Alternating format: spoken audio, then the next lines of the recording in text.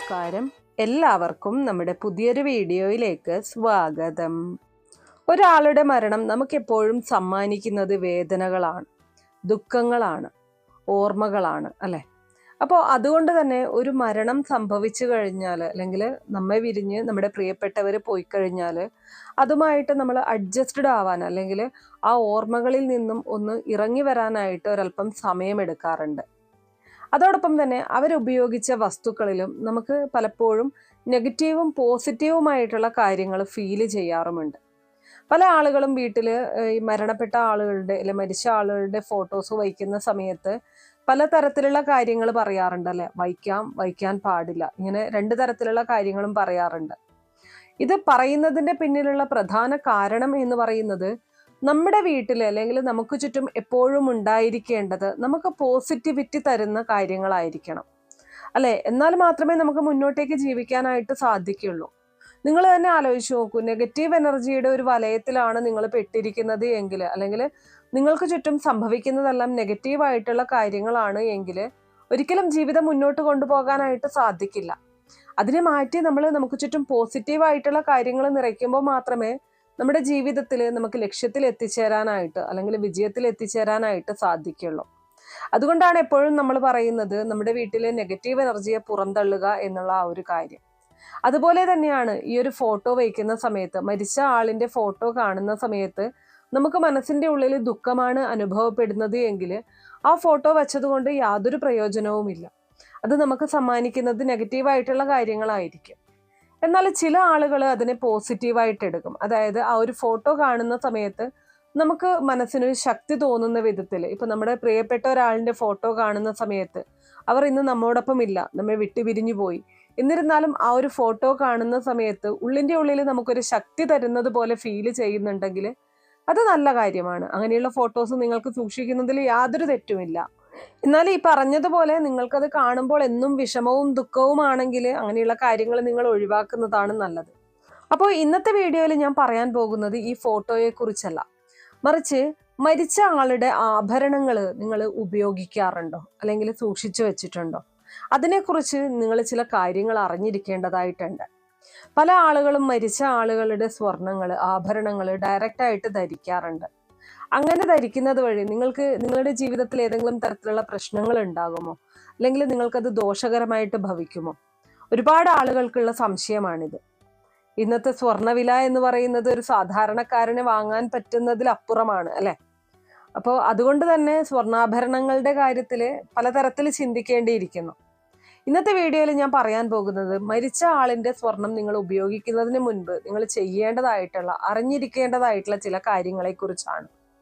ഇതിൽ ഏറ്റവും ആദ്യം എനിക്ക് പറയാനുള്ളത്, പല ആളുകളും ചോദിക്കാറുണ്ട്, മരിച്ച ആളുടെ സ്വർണം അതേപോലെ ഉപയോഗിക്കുന്നതിൽ തെറ്റുണ്ടോ, അല്ലെങ്കിൽ അങ്ങനെ ചെയ്തു കഴിഞ്ഞാൽ ഈ ആത്മാവ് പോലുള്ള കാര്യങ്ങൾ, പ്രേതം പോലുള്ള കാര്യങ്ങളുടെ ഉപദ്രവം ഉണ്ടാകും എന്നൊക്കെ പറയുന്നു. ഒരുപാട് ആൾക്കാർ എനിക്ക് പേഴ്സണലി മെയിൽ ചെയ്ത കാര്യങ്ങളാണ് കേട്ടോ ഇത്. അപ്പോൾ നിങ്ങൾ ആദ്യം തിരിച്ചറിയേണ്ട ഒരു കാര്യം, ഞാൻ നേരത്തെ പറഞ്ഞതുപോലെ ഒരു മരണം സംഭവിച്ചു കഴിഞ്ഞാൽ നമുക്കത് ദുഃഖമാണ് സമ്മാനിക്കുന്നത്. അതുവഴി നമുക്കൊരു നെഗറ്റീവായിട്ടുള്ള കാര്യങ്ങളായിരിക്കും നമ്മളെ ബാധിക്കുന്നത്. അപ്പോൾ അങ്ങനെ ഇരിക്കെ ഒരാൾ മരിച്ചു കഴിഞ്ഞാൽ ആ വ്യക്തിയുടെ സ്വർണം, ആഭരണങ്ങൾ നമ്മൾ ഡയറക്റ്റായിട്ട് ഉപയോഗിക്കുന്ന സമയത്ത് നമുക്ക് ചിലപ്പോൾ അതൊരു നെഗറ്റീവായിട്ടുള്ള കാര്യങ്ങളായിരിക്കും നൽകുന്നത്, അല്ലെങ്കിൽ നെഗറ്റീവായിട്ടുള്ള ഓർമ്മകളായിരിക്കും നൽകുന്നത്. അതുവഴി നെഗറ്റീവായിട്ടുള്ള ഒരു എനർജി നമ്മളെ സ്വാധീനിക്കുകയും അതുമൂലം നമുക്ക് ജീവിതത്തിൽ പലതരത്തിലുള്ള പ്രശ്നങ്ങൾ ഉണ്ടാവാൻ സാധ്യതയുമുണ്ട്. അപ്പോൾ നിങ്ങൾ ചെയ്യേണ്ടത് എന്താണ് എന്ന് ചോദിച്ചു കഴിഞ്ഞാൽ, ആ സ്വർണം നിങ്ങൾക്ക് ഒന്നുകിൽ മാറ്റി വാങ്ങാം, അതായത് അത് കൊടുത്ത് പുതിയത് വാങ്ങിക്കാം, പുതുക്കി പണിയാം. അങ്ങനെയുള്ള കാര്യങ്ങൾ ചെയ്ത് ഉപയോഗിക്കുന്നതിൽ യാതൊരു തെറ്റുമില്ല. ഇനി അതല്ല എങ്കിൽ, നിങ്ങൾക്ക് അതിന് സാധിക്കുന്നില്ല എങ്കിൽ, നിങ്ങൾ അത് ഡയറക്റ്റായിട്ട് സൂക്ഷിച്ചു വയ്ക്കുന്ന ആൾക്കാരുണ്ട്, ഉപയോഗിക്കാറില്ല. പലരും പറയാറുണ്ട്, ഞങ്ങൾ ആ സ്വർണം ഉപയോഗിക്കാറില്ല, പക്ഷെ സൂക്ഷിച്ചു വെച്ചിട്ടാണുള്ളത്. അങ്ങനെ വയ്ക്കുന്നതിലും തെറ്റില്ല. പക്ഷെ എന്നിരുന്നാലും പല ആളുകൾക്കുമുള്ള സംശയമാണ്, ജീവിതത്തിൽ എന്തെങ്കിലും തരത്തിലുള്ള പ്രശ്നങ്ങൾ വരുന്ന സമയത്ത് ഇങ്ങനെയൊരു സാധനം നമ്മുടെ കയ്യിലുള്ളത് കൊണ്ടാണ് ഈ ബുദ്ധിമുട്ടുകൾ വരുന്നത്, അല്ലെങ്കിൽ മരിച്ച ആളിനെ സ്വപ്നം കാണുന്ന സമയത്ത് ഈ ആഭരണങ്ങൾ എൻ്റെ കയ്യിലുള്ളത് കൊണ്ടാണ് ഇങ്ങനെ കാണുന്നത് എന്നുള്ളത്. അപ്പോൾ അങ്ങനെ ഒരു നെഗറ്റീവായിട്ടുള്ള ചിന്ത നിങ്ങളുടെ മനസ്സിലേക്ക് വന്നിട്ടുണ്ടെങ്കിൽ അതിനുള്ള പരിഹാരം നിങ്ങൾ ചെയ്യണം. എന്ത് പരിഹാരമാണ് നിങ്ങൾ ചെയ്യേണ്ടത്? അപ്പോൾ അതുകൊണ്ട് നിങ്ങൾക്ക് അങ്ങനെ ഒരു നെഗറ്റീവായിട്ടുള്ള എഫക്റ്റ് ഉണ്ടാവില്ല എന്നുള്ളത് നിങ്ങൾ മനസ്സിലാക്കണം. അതിനുവേണ്ടി നിങ്ങൾക്ക് ചെയ്യാൻ പറ്റുന്ന കുറച്ച് കാര്യങ്ങളുണ്ട്. ഏറ്റവും ഒന്നാമതായിട്ട് ഞാൻ ഈ പറഞ്ഞതുപോലെ ആ സ്വർണം മാറ്റി വാങ്ങാം. അതല്ല എങ്കിൽ നിങ്ങളത് ഡയറക്റ്റായിട്ട് ധരിക്കാൻ ആഗ്രഹിക്കുന്നു, അല്ലെങ്കിൽ അത് ഡയറക്റ്റായിട്ട് സൂക്ഷിക്കാൻ ആഗ്രഹിക്കുന്നുണ്ടെങ്കിൽ നിങ്ങൾ ചെയ്യേണ്ട കാര്യം, ആ ഒരു വ്യക്തി മരിച്ചതിന് ശേഷം കർമ്മങ്ങളൊക്കെ കഴിഞ്ഞു കഴിഞ്ഞാൽ നിങ്ങൾ ആ ആഭരണങ്ങൾ നന്നായിട്ട് വൃത്തിയാക്കുക എന്നുള്ളതാണ്. എങ്ങനെയാണ് വൃത്തിയാക്കേണ്ടത്? നിങ്ങൾക്ക് ഒരല്പം ശുദ്ധജലത്തിൽ അല്പം മഞ്ഞൾപ്പൊടിയും ഉപ്പും ചേർത്ത് നന്നായിട്ടൊന്ന് മിക്സ് ചെയ്ത് ആ ഒരു മിശ്രിതം ഉപയോഗിച്ച് കഴുകി ശുദ്ധി വരുത്താം. ഇങ്ങനെ ചെയ്തു കഴിഞ്ഞാൽ അതിൽ നിന്നും ആ ഒരു നെഗറ്റീവ് എനർജി ഇല്ലാതാകും എന്നുള്ളത് നിങ്ങൾ മനസ്സുകൊണ്ട് ഉറച്ചു വിശ്വസിക്കണം. അതാണ് ഏറ്റവും പ്രധാനം. മനസ്സിലായില്ല? ഇപ്പൊ നമ്മളൊരു കാര്യത്തെക്കുറിച്ച് നെഗറ്റീവായിട്ട് ചിന്തിച്ചുകൊണ്ടേ ഇരുന്നു കഴിഞ്ഞാൽ അത് നമുക്ക് നെഗറ്റീവ് ഫലങ്ങൾ മാത്രമേ നൽകുകയുള്ളൂ. അപ്പൊ നിങ്ങൾക്ക് ഏതെങ്കിലും തരത്തിലുള്ള ഭയമുണ്ട്, ഇങ്ങനെ മരിച്ച ആളുടെ സ്വർണം ഉപയോഗിക്കാൻ ഭയമുണ്ട്, അല്ലെങ്കിൽ അവരുടെ ഉപദ്രവം ഏൽക്കും, അല്ലെങ്കിൽ അവരുടെ ആ ഒരു കാര്യങ്ങളൊക്കെ നമ്മളെ പിന്തുടരും എന്നുള്ള ഒരു ചിന്ത നിങ്ങളുടെ മനസ്സിലുണ്ടെങ്കിൽ നിങ്ങൾ മാറ്റി വാങ്ങിക്കുന്നതാണ് ഏറ്റവും ഉത്തമം. അതല്ല എന്നുണ്ടെങ്കിൽ നിങ്ങളുടെ മനസ്സ് വിശ്വസിക്കുമെങ്കിൽ മാത്രം ഈ പറഞ്ഞ രീതിയിൽ കഴുകി ഉപയോഗിക്കാം. ഇനി ഒരു കാരണവശാലും മരിച്ച ആളിന്റെ സ്വർണം അങ്ങനെ തന്നെ ഡയറക്റ്റ് ധരിക്കാതിരിക്കുന്നതാണ് നല്ലത്. ഞാൻ ഈ പറഞ്ഞതുപോലെ ആ ഒരു നെഗറ്റീവ് എനർജിയുടെ ഒരു സാന്നിധ്യം എന്തായാലും ആ ഒരു വസ്തുവിൽ ഉണ്ടായിരിക്കും. അപ്പൊ നമ്മൾ കഴുകി ശുദ്ധി ചെയ്ത് അത് ഉപയോഗിക്കുന്നതിൽ യാതൊരു വിധത്തിലുള്ള തെറ്റുമില്ല.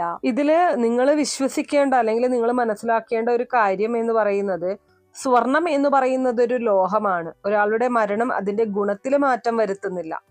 അതുകൊണ്ട് തന്നെ മരിച്ചവരുടെ സ്വർണ്ണാഭരണങ്ങൾ ധരിക്കുന്നത് തെറ്റോ ദോഷകരമോ അല്ല എന്നുള്ളതാണ് നിങ്ങൾ തിരിച്ചറിയേണ്ടത്. സാധാരണ ആഭരണങ്ങളെ പോലെ ഇവയും ആർക്കും ധരിക്കാവുന്നതാണ്.